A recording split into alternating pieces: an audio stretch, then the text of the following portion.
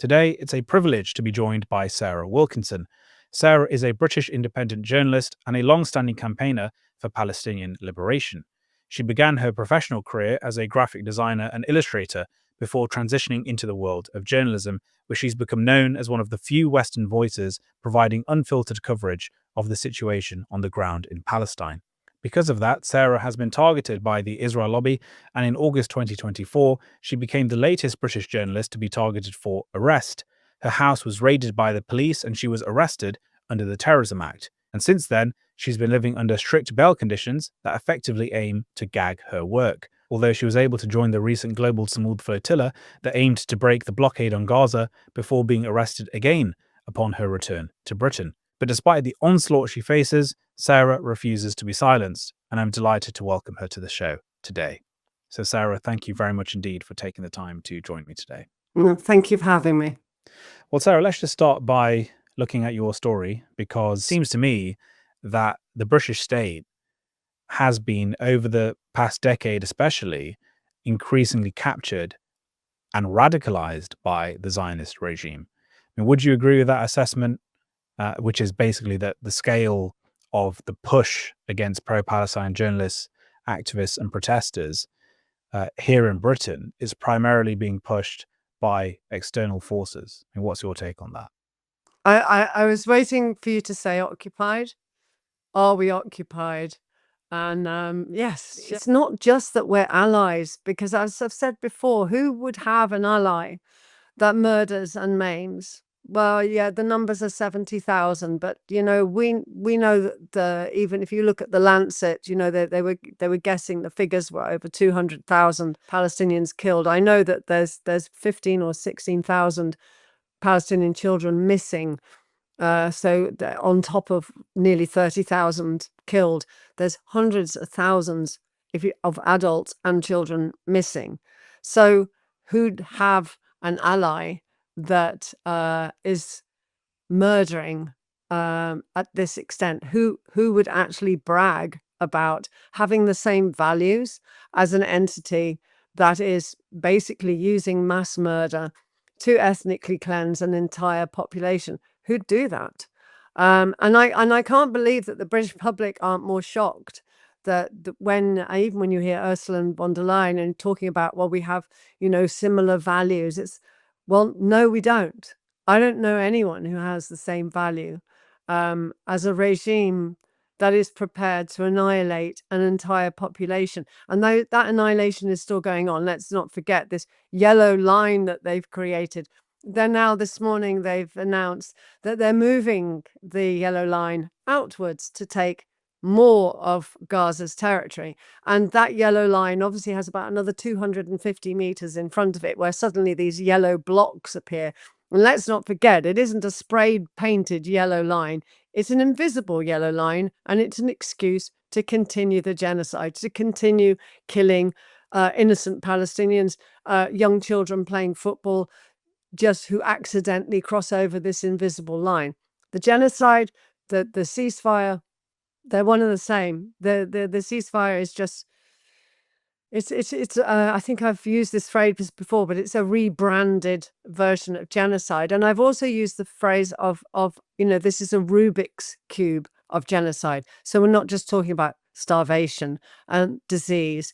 We're not talking about destroying the hospitals and the infrastructure, the sewage, creating a situation where hepatitis becomes rife and then there are no medications, the polio virus, the bad weather, the fact that the pipelines are all destroyed. If you look at everything that the Israelis have done and are doing, then it becomes this Rubik's cube of genocide. It may not look the same every day, but it will still be a combination. And so, even with this am I going to call it a peace plan? No, it's a genocide plan that has been manufactured by the Israelis and the Americans, which they've also called it, was it a board of peace? Oh, they're all such lovely words, aren't they? And a stabilization force to enable them to continue the genocide, but using these very lovely words And it means that they can make the public relax. Oh, how do you feel now the war is over? I can't tell you how many times that has been said to me.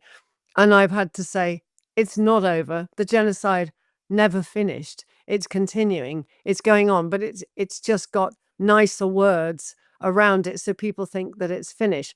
People, I mean, it was at 29 people killed this morning, dozens of children, and then 25 people killed yesterday. These are airstrikes. It's continuing to bomb Gaza. So I don't know where the ceasefire fits into that, because as far as I'm concerned, that isn't a ceasefire. They're not stopping anything. They're continuing with the ethnic cleansing by death, or even by trying to bust them out and then fly them into South Africa. I'm glad South Africa has now put a stop to it. May get some criticism for it, but the point is it didn't want to be a party to ethnic cleansing. And that's what we're all complicit with. If we don't speak out as journalists, if we don't speak out as reporters and activists, if we don't keep telling the world this, they actually do sit back as if they were just watching an episode of Coronation Street and think it's all over. And the thing is, it isn't. We're halfway through. The ethnic cleansing isn't complete, and they will continue until it is complete. I may have strayed off your question a little bit. It's because there's so much of it, and it's because I think the general public have been conned. They've been conned by words, and I'd like to think they're a little bit more intelligent than that. It's disappearing out of mainstream media, certainly, and people keep saying now the war is over all the time. And for a start off, it was never a war; it was a genocide. And now we have this Trump Netanyahu genocide plan, which is against the Geneva Conventions, which is against the Apartheid Conventions. It's against the Genocide Convention. And yeah, I kind of want people to wake up. Well, let's turn now to those ongoing developments. So, of course, you're talking about the recent UN Security Council resolution, which is this Western imposed colonial trusteeship, or a mandate, if you will, that seeks to dissolve Palestinian governance in Gaza, hand temporary administration of the land. Well, they say temporary, but I think they mean permanent administration of the land. The same powers that armed Israel's genocide, to disarm the occupied people, or attempt to disarm them. I don't think they'll be very successful in doing that, while also throwing Palestinian statehood to the wind. I mean, what's your reading beyond what you've just said on what that signals about the future? I think, isn't that what they always wanted? This was always the plan, to dissolve Palestinian statehood, to prevent the Palestinians' right of return, which is an inalienable right, by the way, to not to have to pay reparation costs, to create a situation where Gaza is uninhabitable, to then say use voluntary migration, which is enforced migration, to get them out there, to continue killing, to find a way to continue the genocide, but under a different form. Isn't that what they were always doing? I can't actually see the difference. This is exactly the same, but it's got some very pretty words around it. And now somebody's gone and voted. And I think the United Nations Security Council, oh my God, how spineless do they have to be? I don't know whether I was the only one praying for Russia and China to veto it, but no, it was worse than that. They abstained, which is like, we might have vetoed it, but we decided that we'd do a trade and stay and just stay quiet. I mean, it's even worse. So, you're waiting for somebody to stand up and say, this can't go on. This plan is just about legitimizing genocide. It's about taking away accountability, and it's allowing the Israelis to take Gaza over. Well, isn't that what they were always trying to do? Isn't that what they were doing when they were bombing it? And they are still bombing it. But isn't that what they did when they originally invaded it? Isn't that what was been happening for 77 years? I can't see how this plan is different from the illegal occupation. And as you rightly said, occupations are supposed to be temporary. Here we have a permanent one. We have dozens of violations of international law just inside this. Oh, I'm going to keep calling it a peace plan, and I really don't want to. Just inside this Trump Netanyahu genocide plan are multiple violations of not just the Geneva Convention, but international law itself. Multiple violations.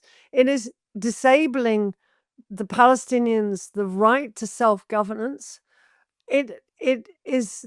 There's nothing in this plan which is aimed at giving the Palestinians what they've always wanted and always resisted for, which is self-determination, which is the chance to actually belong to their own land and own their own land and govern their own land in their own way, no matter who they vote for.